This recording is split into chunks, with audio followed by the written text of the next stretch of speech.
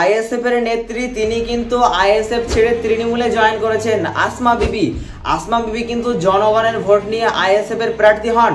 তিনি কিন্তু এখন লোকসভা ভোটের পরে তিনি কিন্তু আইএসএফ ছেড়ে তৃণমূলে জয়েন করেছেন। তাহলে কি সেখানে লোভের অর্থে গিয়েছে আইএসএফ ছেড়ে তৃণমূলে?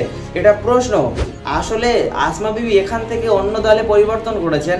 আইএসএফ ছেড়ে তিনি কিন্তু তৃণমূলে জয়েন করেছেন। সেখানে কি কোনো পদ দেওয়া হবে তানাকে?